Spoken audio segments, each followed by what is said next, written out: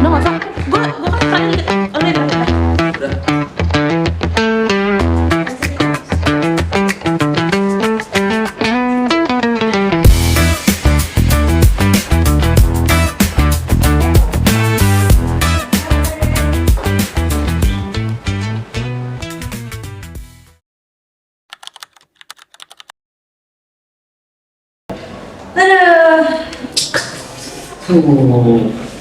Bisa kontrak nomor lagi, terus kontrak itu aja tanpa uang kompensasi satu lagi.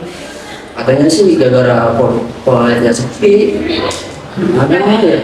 Ya lah, Bu, itu masih mending ya. Gue juga tau gak sih, lo kita ngabis selama 10 tahun tiba-tiba kami si ibu direktur nih bilang lo sudah pindah ke bagian dagang dan gue gajinya bakal dipotong 30%, bayangin kan. Dan kayak dia tuh bilang katanya kalau bisa gue nggak pindah gue suruh resign aja. Ya udah, gue resign aja, harus ngapain. Loh, itu kan tindakan sepihak yang melanggar hukum. Kalau misalnya Yasmin ya, menurut pasal 92 Undang-Undang Ketenagakerjaan tuh ya, pengusaha dilarang menurunkan upah di bawah kesepakatan awal tanpa alasan yang sah. Padahal kan di awal juga udah ada surat kontrak kan.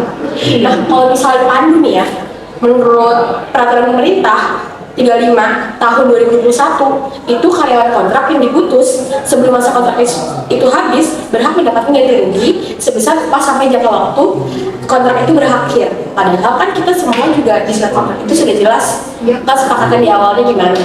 Tapi Coba deh dulu. Ada aja sih lagian, kenapa ya kita gitu banget.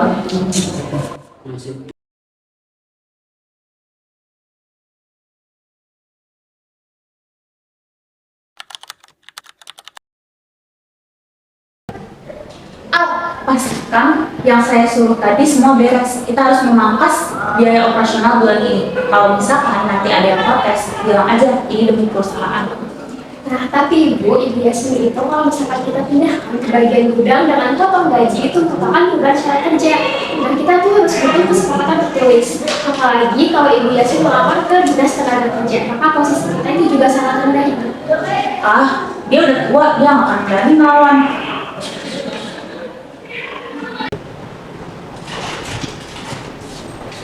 Ini sih.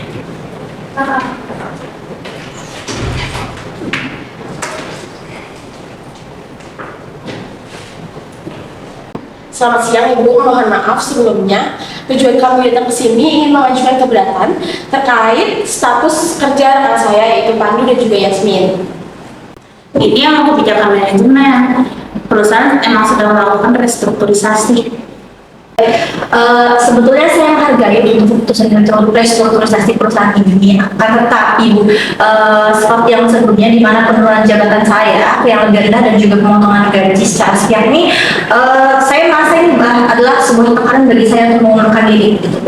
Dan dengan pemotongan gaji ini pun sebenarnya sudah melanggar peraturan di awal kan Bu, yang dimana di kontraknya itu beda dengan sekarang saya mengalami penurunan yang cukup signifikan.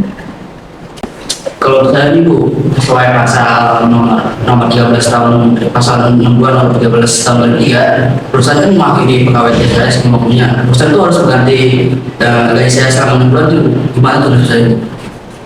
Kalian tuh sebenarnya cuma mau uang atau pengen kerja sih? Kami cuma ingin kepatuhan hukum Bu.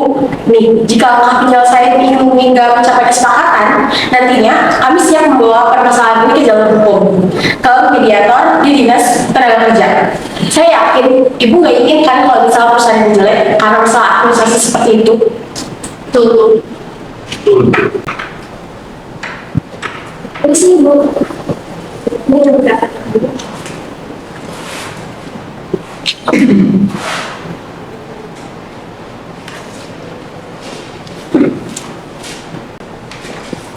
Baik, terima kasih Bu.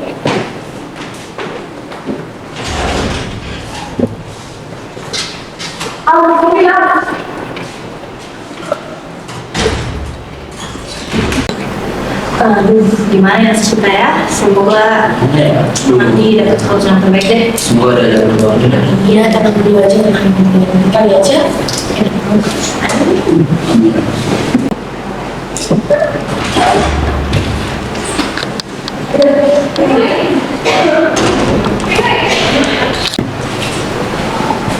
Halo, selamat siang.